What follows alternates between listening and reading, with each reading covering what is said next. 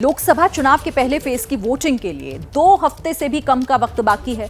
लिहाजा अप्रैल में कुदरत की बढ़ती तपिश के साथ देश का सियासी पारा भी चढ़ चुका है। प्रधानमंत्री नरेंद्र मोदी ने आज यूपी से लेकर राजस्थान तक तूफानी दौरा किया, 10 साल की कामयाबियों को गिनवाया, विरोधियों पर निशाना साधा और एक बार फिर 400 पार का नारा बुलंद किया। लेकिन सवाल है कि ये होगा कैसे? इसका जवाब हम इस स्पेशल रिपोर्ट में लाए हैं कि 10 राज्यों की वो कौन सी सीटें हैं जहां बीजेपी मिशन क्लीन स्वीप का टारगेट लेकर चल रही है। 225 सीटों पर कब्जे के लिए बीजेपी की स्ट्रैटेजी क्या है, इन सीटों पर चुनौतियां क्या हैं और इन चैलेंजेस से निपटने के लिए बीजेपी की तैयारी कैसी है। अगले 1 घंटे टीवी स्क्रीन पर नजरें टिकाकर बैठिए और ये सुपर एक्सक्लूसिव रिपोर्ट जरा गौर से देखिए।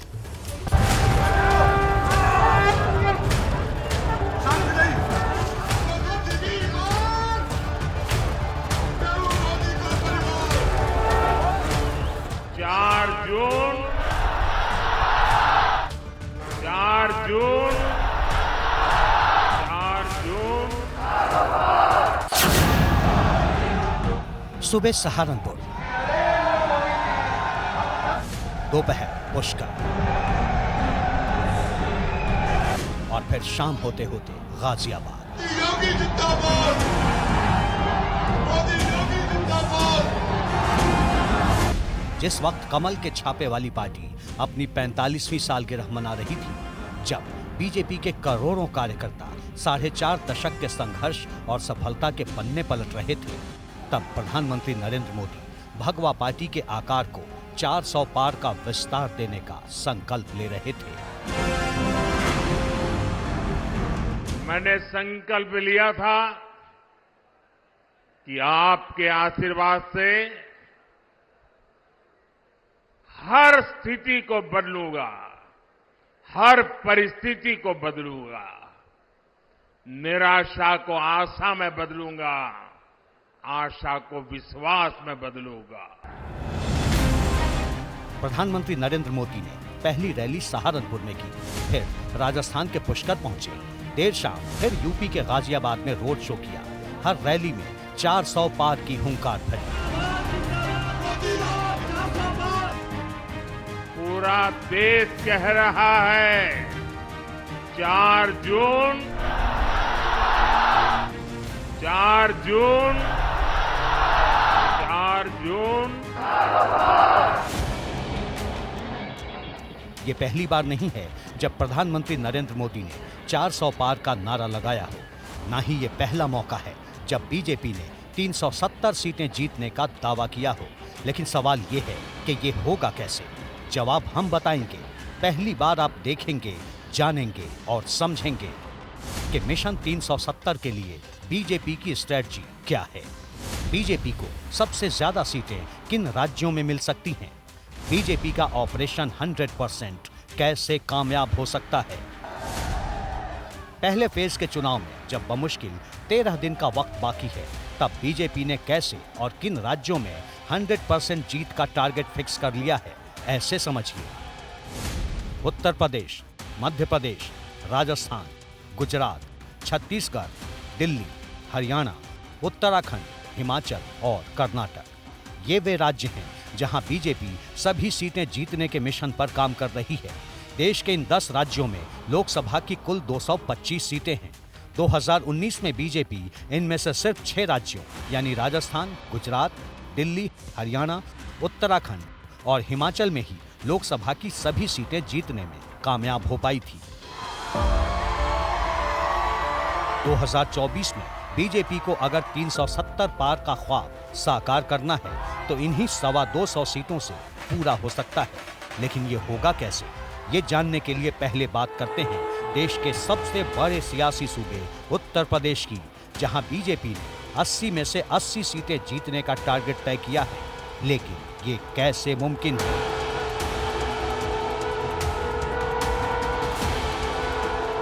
बीजेपी ने 80 में 80 सीटें जीतने का जो यूपी में प्लान बनाया है, उसका सबसे अहम कड़ी है मोदी फैक्टर, खासतौर पर हारी हुई सीटों को इस मोदी फैक्टर के जरिए बीजेपी एड्रेस करने की कोशिश कर रही है।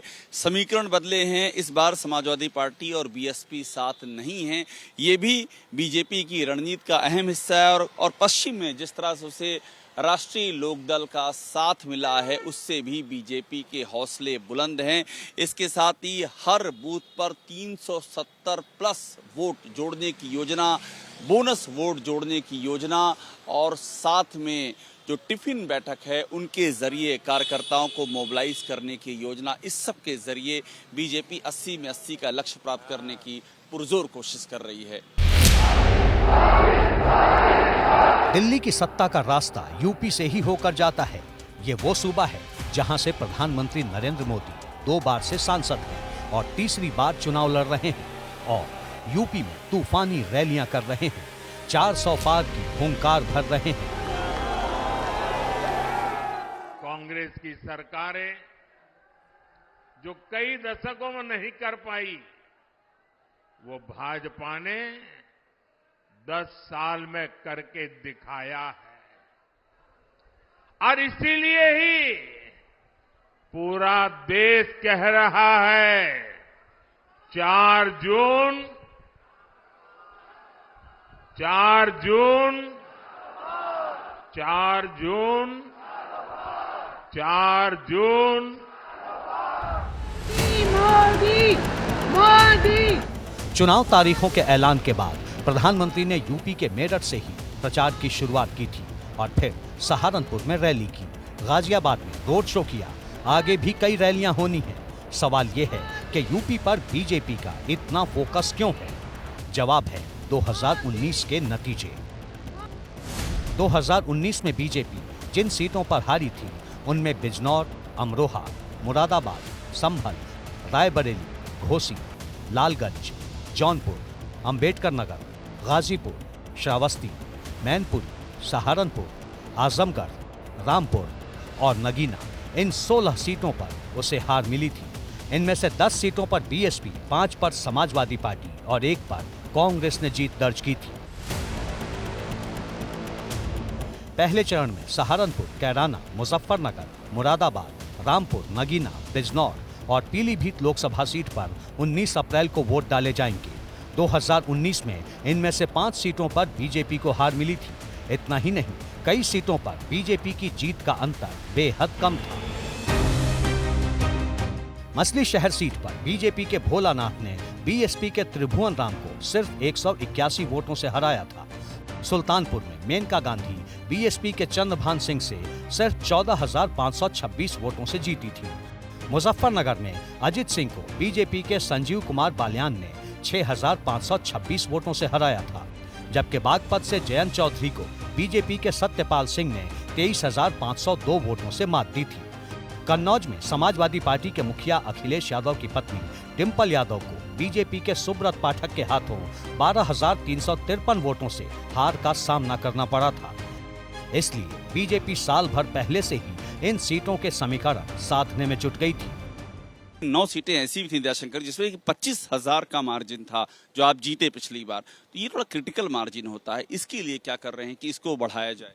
देखिए, इस बार कोई सीटें 25,000 से नहीं जीतने वाले हैं, सब सीटें 5 लाख से ज्यादा वोटों से जीतने का लक्ष्य है।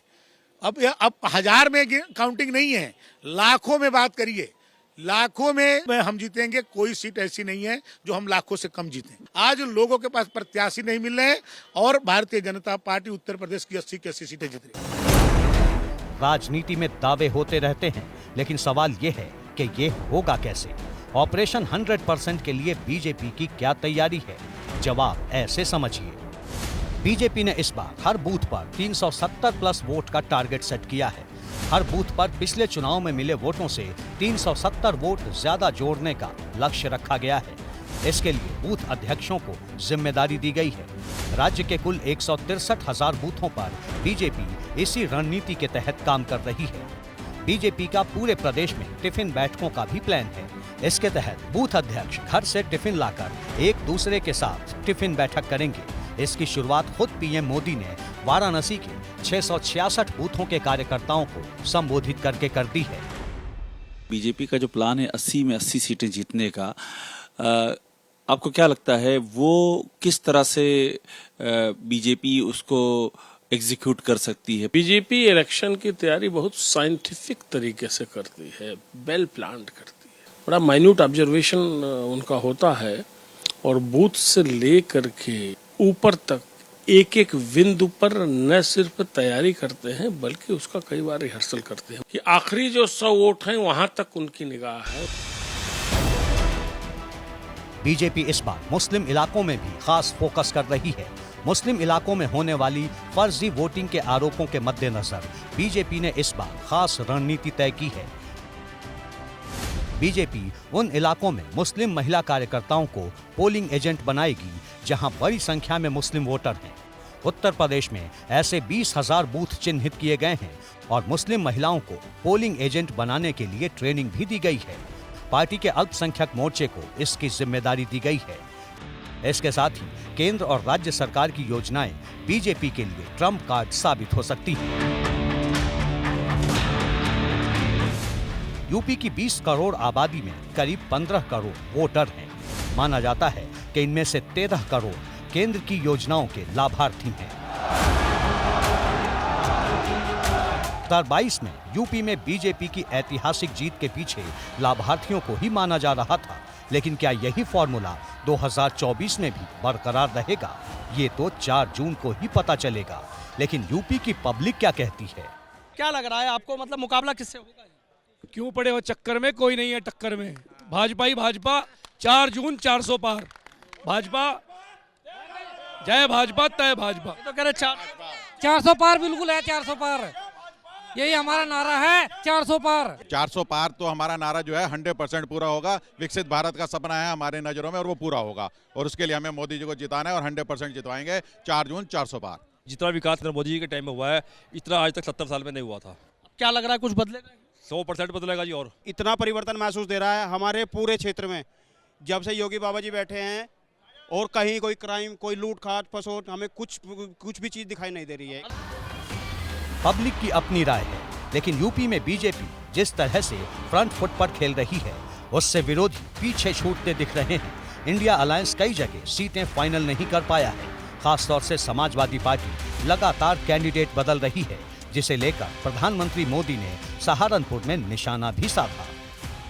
आज सपा की स्थिति ये है कि यहां हर घंटे उसे अपने उम्मीदवार बदलने पड़ रहे हैं और कांग्रेस की स्थिति तो और विचित्र है। कांग्रेस को तो उम्मीदवार ही नहीं मिल रहे। जिन सीटों को कांग्रेस अपना गढ़ मानती थी वहां भी उसे उम्मीदवार उतारने की हिम्मत नहीं हो रही है। मैंने तो देखा कुछ जगह पे जिसको उन्होंने उम्मीदवार घोषित कर दिया, टिकट दे दिया, उसने दूसरे दिन वो इस्तीफा दे दिया। यानी इंडी गठबंधन अस्थिरता और अनिश्चितता का दूसरा नाम बन चुका है। विरोधियों पर अटैक के साथ ही बीजेपी के कॉन्फिडेंस की एक और वजह है और वो है मायावती का अकेले चुनाव लड़ना, जो कुछ हद तक चुनावी लिहाज से बीजेपी के लिए मुफीद है। वेस्ट यूपी में जाट समुदाय के साथ ही मुसलमान और दलित वोटर निर्णायक हैं। सहारनपुर में करीब 23% दलित वोटर हैं। इसी तरह कैराना में 17%, मुजफ्फरनगर में 21%, बिजनौर में 23%, नगीना में 22%, रामपुर और पीलीभीत में करीब 17%, जबकि मुरादाबाद में तकरीबन 15% दलित मतदाता हैं। मायावती अपने उम्मीदवारों का पहले ही ऐलान कर चुकी हैं। ऐसे में कई सीटों पर त्रिकोणीय मुकाबले के आसार हैं, जो बीजेपी को मुफीद नजर आ रहा है। लेकिन क्या यूपी में क्लीन स्वीप होगा, ये तो वक्त ही बताएगा। फिलहाल दिल्ली चलते हैं। दिल्ली में पिछला लोकसभा चुनाव बीजेपी के लिए काफी बड़ा था। बीजेपी ने 2019 में हुए चुनाव में बड़ी जीत भी हासिल की थी। इस चुनाव में सबसे बड़ी बात यह थी कि कांग्रेस के तमाम नेता जीतना तो दूर, मुश्किल से अपनी जमानत बचाते नजर आए थे। लेकिन अब 5 साल बीत चुके हैं। 24 में चुनौती बड़ी है। कांग्रेस और आम आदमी पार्टी मिलकर चुनाव लड़ रहे हैं। अब सवाल यहां यह है कि दिल्ली में इंडिया अलायंस बीजेपी को कितनी बड़ी चुनौती दे सकता है। एक दशक से दिल्ली की सभी 7 सीटें जीत रही बीजेपी इस बार कितनी तैयार है, ये रिपोर्ट देखिए।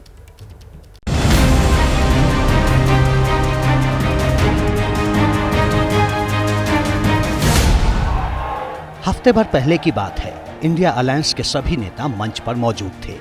वार हुआ, पलटवार हुआ और ऐसा पहली बार हुआ जब इंडिया अलायंस के सभी नेता एक मंच पर मौजूद थे, एक सुर में बीजेपी और केंद्र सरकार को कोस रहे थे।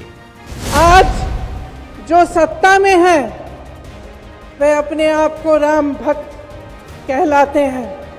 सदैव नहीं रहती सत्ता, यही संदेश था भगवान राम का उनके जीवन का। जब आप संविधान का उल्लंघन करते हैं, जब आप कानून का उल्लंघन करते हैं, वो देशभक्ति नहीं देशद्रोही होता है। अरविंद जी को अरेस्ट किया, हेमंत जी को अरेस्ट किया तो लोग डर जाएंगे, लेकिन उनको आज तक पता नहीं, उन्होंने अपने देशवासियों को कभी पहचाना नहीं। मेरे भारत का हर कोई डरने वाला नहीं, लड़ने वाला है। ये उनका कहना है, या हमारे पास आओ, गवाही दो, या नहीं तो गूंगे हो जाओ। इसीलिए आज केजरीवाल जी को, आज हेमंत सोरेन जी को अंदर डाल दिया। ये उसी दिल्ली का रामलीला मैदान था जहां बीजेपी लगातार 2 बार से क्लीन स्वीप कर रही है, जिसका मुकाबला इस बार आम आदमी पार्टी और कांग्रेस मिलकर कर रही हैं।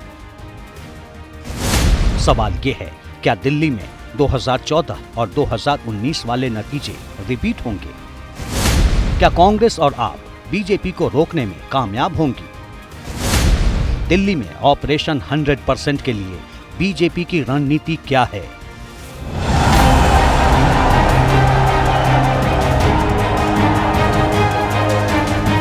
दिल्ली के लिए बीजेपी पहली लिस्ट में ही उम्मीदवारों का ऐलान कर चुकी है। पुराने उम्मीदवारों में सिर्फ मनोज तिवारी की ही सीट बच पाई है। 6 नए चेहरों को मौका दिया गया है। दिल्ली में जिन और सांसदों के टिकट काटे गए हैं उसमें नाम है क्रिकेटर गौतम गंभीर का, प्रवेश वर्मा जो सांसद थे, उसके अलावा रमेश बुधूड़ी जो कि दक्षिण दिल्ली से सांसद थे। इसी तरह से चांदनी चौक से सांसद डॉक्टर हर्षवर्धन का नाम भी उम्मीदवारों की लिस्ट से हटा दिया गया है, यानी उनका भी टिकट कट गया है। अब सवाल ये है कि दिल्ली की लिस्ट से पुराने नाम क्यों डिलीट किए गए? इनमें सबसे बड़ा नाम डॉक्टर हर्षवर्धन का है। हर्षवर्धन लगातार 2 बार से चांदनी चौक सीट से सांसद थे। इस बार उनकी जगह प्रवीण खंडेलवाल को टिकट दिया गया है। प्रवीण खंडेलवाल वैश्य जाति से आते हैं। चुनावी राजनीति में वो नए हैं, लेकिन व्यापारी नेता के तौर पर उनकी पहचान दिल्ली में अच्छी खासी है और चांदनी चौक लोकसभा सीट मुख्य तौर पर व्यापारियों से जुड़ी हुई मानी जाती है। ऐसे में प्रवीण खंडेलवाल को उतारकर बीजेपी ने एक बड़ा दांव चला है। लेकिन चांदनी चौक के वोटर क्या कहते हैं? जनता की उम्मीदें अच्छी है, यहाँ से जीत के जाएंगे खंडेलवाल जी। पुराने यहाँ के लोकल है और चांदनी चौक से पहले भी लड़े हुए हैं, तो अच्छे चुनाव से अच्छे मार्जिन से जीत के जाएंगे यहाँ से। क्या वजह मानी जा रही है कि टिकट काटा गया है, नए उम्मीदवार को उतारा गया है? वजह तो कुछ नहीं होती, पार्टी संगठन तय करता है कि किस वजह से क्यों करे, क्योंकि मोदी जी का कहना है कि नए चेहरों को मौका मिलना चाहिए। हर्षवर्धन जी, ऐसा नहीं कि हर्षवर्धन जी ने काम नहीं किया चांदनी चौक में, हर्षवर्धन जी पिछले 10 सालों से सांसद थे। अगर काम नहीं किया तो पार्टी उन्हें दूसरी बार भी टिकट नहीं देती। अब की बार मोदी जी कह रहे, जैसे कि पार्टी संगठन तय कर रहा था कि नया चेहरा आना चाहिए, तो अब की बार पार्टी ने नए चेहरे को मौका दिया है। प्रवीण खंडेलवाल जी पहले भी चुनाव लड़ चुके हैं चांदनी चौक से और सांसद प्रत्याशी के रूप में अब आए हैं, तो अब हमारा फर्ज बनता है कि हम उनको यहाँ से जिताकर सीधा लोकसभा भेजेंगे। और भरोसे के लायक है फेस, भरोसे के लायक है फेस जो उतारा है। बिल्कुल भरोसे के लायक है। और डॉक्टर हर्षवर्धन जी को पहले भी बहुत से ऐसे काम दिए गए, जैसे कि कोरोना वैक्सीन में उन्होंने बहुत बड़ा काम करा था और उनको और संगठन में ऐसे बड़े काम देने के लिए उनको हटाया गया। ऐसा नहीं है कि उनको सीट काट दी गई। चांदनी चौक से नई दिल्ली चलिए, जहां बीजेपी ने इस बार बांसुरी स्वराज को टिकट दिया है। चुनावी राजनीति में भले बांसुरी का चेहरा नया है, लेकिन उनके साथ उनकी मां सुषमा स्वराज का नाम भी जुड़ा हुआ है। इसी वजह से उनकी दावेदारी भी मजबूत नजर आ रही है।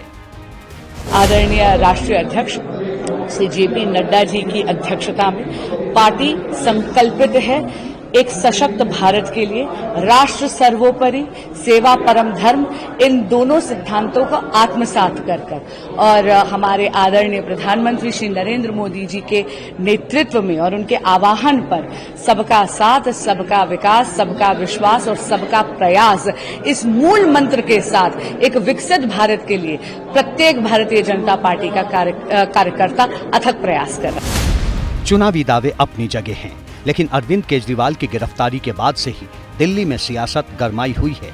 वोटिंग से पहले ही आम आदमी पार्टी को बड़ा झटका लगा है। ऐसे में रामलीला मैदान में जिस तरह से इंडिया गठबंधन ने अपनी ताकत दिखाई, क्या उसका चुनावी नतीजों पर भी असर होगा? बीजेपी के तमाम बड़े नेताओं का मानना है कि दिल्ली में भले ही आम आदमी पार्टी और कांग्रेस के बीच में गठबंधन हो गया हो, लेकिन उसका असर चुनावों पर नहीं पड़ेगा, या ये कहा जाए कि वो चुनावी नतीजों में तब्दील नहीं होगा और आम आदमी पार्टी और कांग्रेस को उसका कोई खास फायदा नहीं मिलेगा। और बीजेपी के नेता उदाहरण दे रहे हैं 2019 में लोकसभा में जिस तरीके से सपा और बसपा के बीच गठबंधन तो जरूर हुआ था, लेकिन मतदाता दोनों ही दलों के एक दूसरे के साथ उस तरह से नहीं जुड़े थे और बीजेपी ने वहां पर काफी बेहतर परफॉर्मेंस किया था। और ऐसे में उम्मीद यही कर रहे हैं बीजेपी के तमाम नेता कि दिल्ली में भी भले ही आम आदमी पार्टी और कांग्रेस एक साथ आ गए हो, लेकिन मतदाता और कार्यकर्ता उनके एक साथ आपको नजर नहीं आएंगे और साफ तौर पर पिछले चुनावों की तरह ही बीजेपी एक बार फिर से सबसे ज्यादा वोट प्रतिशत हासिल करेगी। चुनावी नतीजों के आंकड़े भी कुछ इसी तरह का इशारा देते हैं। मसलन दिल्ली में लोकसभा की 7 सीटें हैं। 2014 और 2019 के चुनाव में बीजेपी ने दिल्ली की 7 सीटों पर एक तरफा जीत हासिल की। पिछले चुनाव में बीजेपी का वोट शेयर सभी 7 सीटों पर 50% से भी ज्यादा था। 2019 के चुनाव में कांग्रेस और आम आदमी पार्टी ने अलग अलग चुनाव लड़ा था। बीजेपी को करीब 57% वोट मिले थे, कांग्रेस को 22.5% और आम आदमी पार्टी को 18% के करीब वोट मिले थे। कांग्रेस और आम आदमी पार्टी को मिले वोटों को मिला दें तो भी कुल प्रतिशत होता है 41। अब अगर 2024 के लोकसभा चुनाव में यही वोटिंग पैटर्न रहा तो आम आदमी पार्टी और कांग्रेस के साथ आने से भी बीजेपी की सेहत पर कुछ खास असर पड़ता दिख नहीं रहा। लेकिन 400 प्लस का टारगेट लेकर चुनाव मैदान में उतरी बीजेपी कोई चांस लेना नहीं चाहती।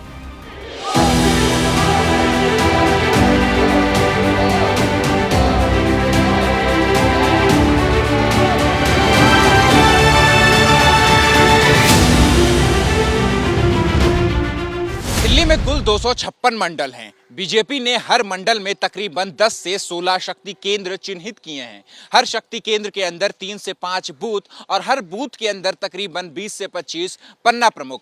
हर एक पन्ना प्रमुख के पास कम से कम 60 मतदाताओं के नाम, पते और उनके पॉलिटिकल झुकाव की जानकारियां हैं। साथ ही इन्हीं पन्ना प्रमुखों के सहारे हर मतदाता के पास 4 से 5 बार जाकर उनका वोट बीजेपी के पक्ष में डलवाने का भी जिम्मा है।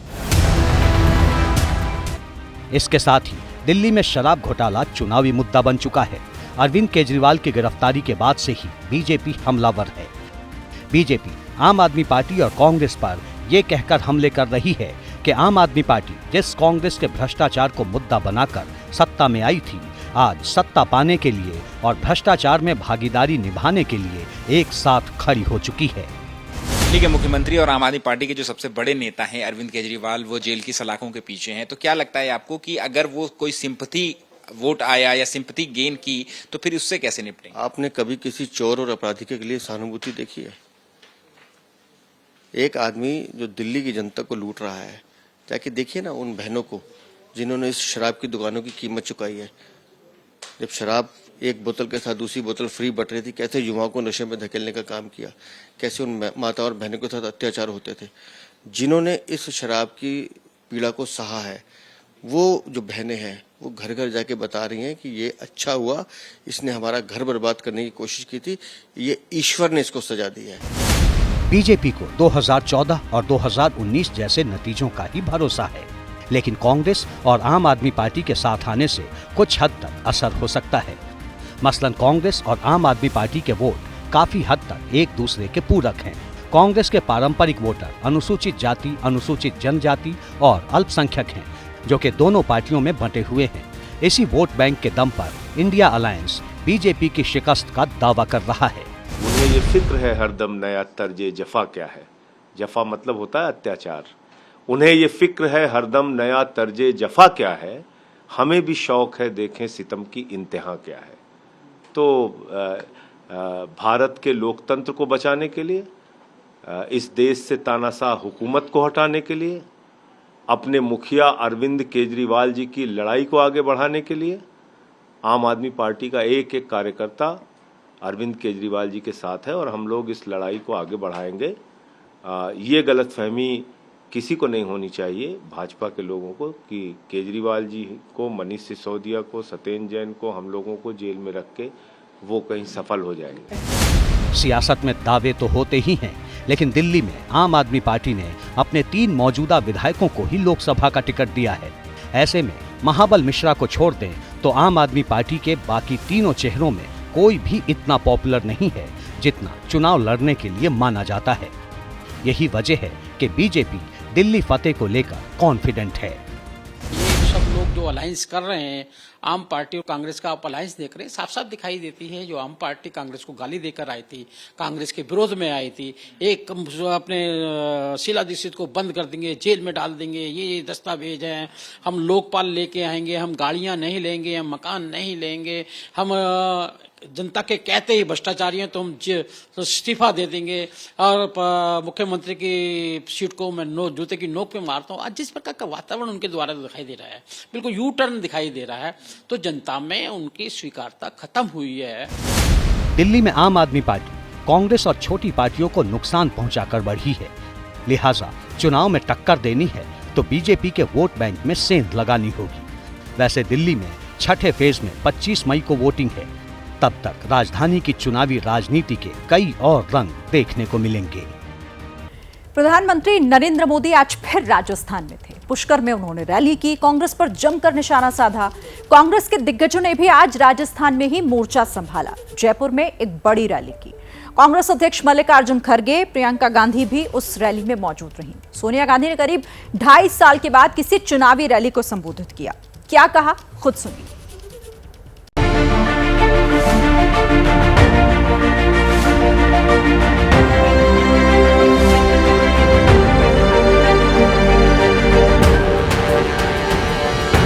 हमारा देश पिछले 10 साल से एक ऐसी सरकार के हवाले है जिसने बेरोजगारी, महंगाई, आर्थिक संकट, असमानता और अत्याचार को बढ़ावा देने में कोई कसर नहीं छोड़ी है।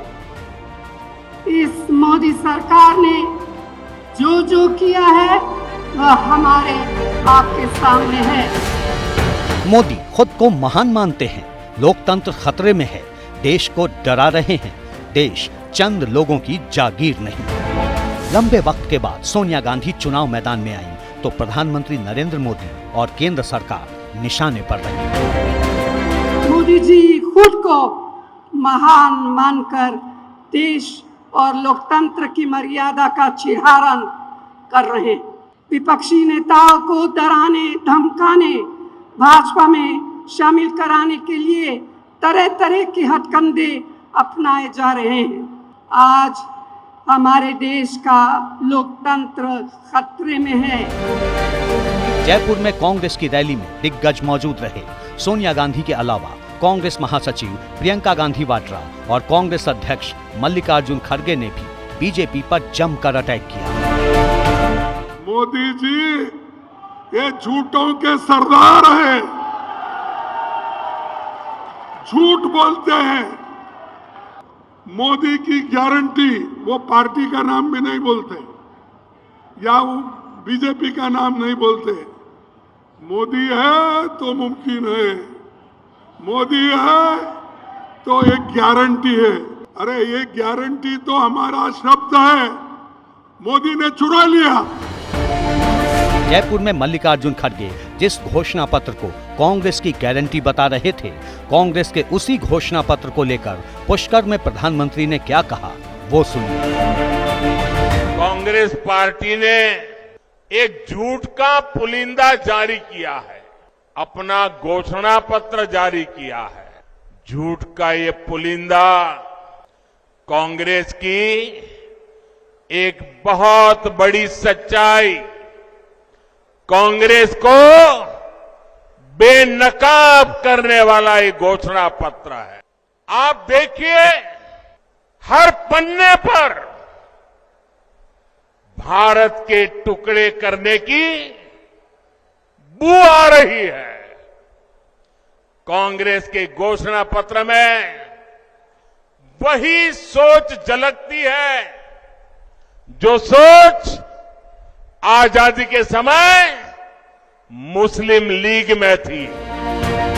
चुनाव तारीखों के ऐलान के बाद राजस्थान में प्रधानमंत्री मोदी की ये दूसरी रैली थी। इससे एक दिन पहले ही चुरू में उन्होंने बड़ी रैली की थी। प्रधानमंत्री के साथ ही गृह मंत्री अमित शाह समेत बीजेपी के दिग्गज राजस्थान में कई रैलियां कर चुके हैं। सवाल ये है कि राजस्थान पर बीजेपी का इतना फोकस क्यों है? राजस्थान में लोकसभा की 25 सीटें हैं। 2014 में बीजेपी ने सभी सीटों पर जीत हासिल की थी। 2019 में भी बीजेपी ने क्लीन स्वीप किया था। खास बात यह है कि 2019 में बीजेपी का हर सीट पर जीत का मार्जिन 3 लाख से भी ज्यादा वोटों का था। सबसे ज्यादा अंतर भीलवाड़ा सीट पर रहा था, जहां बीजेपी के सुभाष चंद्र बहेरिया ने कांग्रेस के रामपाल शर्मा को 6,12,000 वोट से हराया था। लेकिन क्या राजस्थान में बीजेपी 2024 में भी अपना पुराना रिकॉर्ड बरकरार रख पाएगी? जनता जिस प्रकार से, आम जनता भी जिस प्रकार से मोदी जी को आशीर्वाद देने के लिए तैयार है, और आशीर्वाद भी इतना कि पुनः तीसरी बार प्रधानमंत्री बनेंगे। और जिस प्रकार से 400 पार का नारा आप देख रहे होंगे, आम जो 400 पार का नारा है, कोई पार्टी के कार्यकर्ता ही नहीं दे रहे। आप गांव ढाणी खेत में भी जाएंगे तो प्रत्येक व्यक्ति के मुंह से यही निकलेगा कि इस बार माननीय मोदी जी के नेतृत्व में 400 के पास भारतीय जनता पार्टी के नेतृत्व में जो सीटें आने वाली है, और पुनः इस देश के प्रधानमंत्री माननीय मोदी जी बनने वाले हैं। बीजेपी को भरोसा है कि प्रधानमंत्री मोदी की रीति और नीति मरुधरा के सियासी मैदान में एक बार फिर फुल फॉर्म में कमल खिलाएगी। बावजूद इसके बीजेपी कोई कसर बाकी नहीं रखना चाहती, इसीलिए चुनावी रणनीति को धार दी जा रही है। मसलन 500 कार्यकर्ताओं की टीम बनाई गई है जो घर घर जाकर पार्टी का संदेश पहुंचाएगी। हाल ही में अमित शाह राजस्थान के 2 दिन के दौरे पर पहुंचे थे। इस दौरान पार्टी कार्यकर्ताओं के साथ बूथ लेवल मैनेजमेंट की मीटिंग की। प्रधानमंत्री मोदी का विजन घर घर पहुंचाने का संकल्प लिया गया। बीजेपी राजस्थान में एक बार फिर 25 लोकसभा सीट जीतना चाहती है, लेकिन इस बार कुछ जगह पर चुनौती भी है, और इसी के तहत एक खास स्ट्रेटेजी के जरिए प्रधानमंत्री नरेंद्र मोदी की उन तमाम कमजोर सीटों पर सभाएं भी कराई जा रही हैं। चूरू में राहुल कसवा बीजेपी का दामन छोड़ गए, लेकिन प्रधानमंत्री ने आकर फिदा बदलने का प्रयास किया। इसी तरह भागीरथ चौधरी अजमेर में थोड़े कमजोर साबित होते दिखे तो वहां पर भी प्रधानमंत्री की सभा आयोजित की गई। प्रधानमंत्री नरेंद्र मोदी 12 तारीख को वहां पर एक बड़ी सभा करने जा रहे हैं। यानी कुल मिलाकर बीजेपी उन तमाम कमजोर सीटों पर प्रधानमंत्री नरेंद्र मोदी के चेहरे का भरपूर इस्तेमाल करना चाहती है, और चाहती है एक बार फिर जीत की हैट्रिक बने। 3 महीने पहले राजस्थान में विधानसभा चुनाव में जीत के बाद से ही बीजेपी के हौसले बुलंद हैं। बावजूद इसके क्या क्लीन स्वीप के लिए राह इतनी आसान है? कुछ वजहें जानिए। आरएलपी और सीपीआई का कांग्रेस से गठबंधन बीजेपी के लिए चुनौती है। बीजेपी के कई नेता बागी हो गए हैं। इनमें चुरू से राहुल कसमा तो पार्टी छोड़कर कांग्रेस में आ गए और टिकट भी ले लिया। बाड़मेर जैसलमेर में निर्दलीय रविंद्र सिंह भाटी केंद्रीय मंत्री कैलाश चौधरी के लिए चुनौती बन गए हैं। जोधपुर में भी गजेंद्र सिंह शेखावत के सामने पहले जैसे हालात नहीं हैं। बाड़मेर, दौसा, टोंक, सवाई माधोपुर, चुरू, झुंझुनू और नागौर सीटों पर बीजेपी प्रत्याशी ज्यादा मजबूत नहीं बताए जा रहे। इन्हीं सीटों के आधार पर कांग्रेस उम्मीद लगाए बैठी है। चाहे एक सीट ज्यादा है, कांग्रेस की एक सीट भी ज्यादा आएगी। आप समझ लेना, अंडर करंट है घमंड को तोड़ने का, अंडर करंट है भूख गरीबी महंगाई को मिटाने का, अंडर करंट है बीजेपी को जवाब देने का। किसके साथ क्या क्या होगा ये तो वक्त बताएगा, लेकिन ये आज सुन लेना आप, बीजेपी नारा दे रही है 400 पार का। क्या बीजेपी को पता है क्या पहले से फीड कर रखा है कि 400 आएगी? कांग्रेस भले ही दावा कर रही हो, लेकिन जानकारों का क्या कहना है वो सुनिए। राजस्थान के अंदर जहाँ तक वो सवाल ये है कि राजस्थान में एक बात होता है, वो ये है कि कांग्रेस 2-5 सीटों के अलावा कहीं संघर्ष में भी नहीं, और बड़े नेताओं की कोई हिम्मत ही नहीं दिखी। अशोक गहलोत, सचिन पायलट, डोटासरा जी, इनमें चुनाव लड़ने की न तो हिम्मत दिखी, न किसी ऐसे उम्मीदवार को खड़े करने की इनकी कोई मंशा दिखी जो सीट निकाल सके और कांग्रेस को कांग्रेस के जो उम्मीदवार से विजयी कर दो। आमतौर पर माना जाता है कि अन्य दल कांग्रेस के वोट बैंक में ही सेंध लगाते हैं, लेकिन कांग्रेस ने आरएलपी और सीपीआई के साथ गठबंधन कर लिया है, तो ये आपसी समर्थकों का एक बड़ा वोट बैंक बन गया है। दूसरी ओर बीजेपी के सामने बाड़मेर और चित्तौड़गढ़ जैसी कई सीटों पर भीतरघात रोकना बड़ी चुनौती रहेगी। इसके साथ ही वोट शेयर में बढ़त बरकरार रखनी होगी। बीजेपी का वोट शेयर 2014 में करीब 55.6% और 2019 में करीब 58.4% था। इन आंकड़ों को बनाए रखना भी बीजेपी के लिए बड़ी चुनौती रहेगी। राजनीतिक विश्लेषक मानते हैं कि जैसे जैसे पीएम मोदी के राजस्थान में दौरे बढ़ेंगे, वैसे वैसे माहौल भी बदलता जाएगा। वैसे नतीजा क्या होता है, ये तो 4 जून को ही पता चलेगा। अब बात करते हैं मध्य प्रदेश की। उत्तर प्रदेश और राजस्थान की तरह ही मध्य प्रदेश भी वो राज्य है जहां बीजेपी ने सभी सीटें जीतने का टारगेट तय किया है। लेकिन सवाल यह है कि मध्य प्रदेश की सबसे हॉट सीट छिंदवाड़ा में कमलनाथ के सियासी तिलिस्म को क्या बीजेपी तोड़ पाएगी? 2019 में मध्य प्रदेश की 29 में से 28 सीटें जीतने वाली बीजेपी को तब भी छिंदवाड़ा में शिकस्त हासिल हुई थी, जब तत्कालीन कांग्रेस के नेता ज्योतिरादित्य सिंधिया अपनी परंपरागत सीट गुना शिवपुरी तक नहीं बचा पाए थे। मतलब ये कि छिंदवाड़ा तब भी बीजेपी के लिए अबूझ पहेली था। अब जब कमलनाथ की जगह उनके पुत्र नकुलनाथ सामने थे, नकुलनाथ एक बार फिर से चुनाव मैदान में है। लिहाजा मध्य प्रदेश में ऑपरेशन 100% को लेकर बीजेपी ने क्या प्लान बनाया है, ये रिपोर्ट देखिए।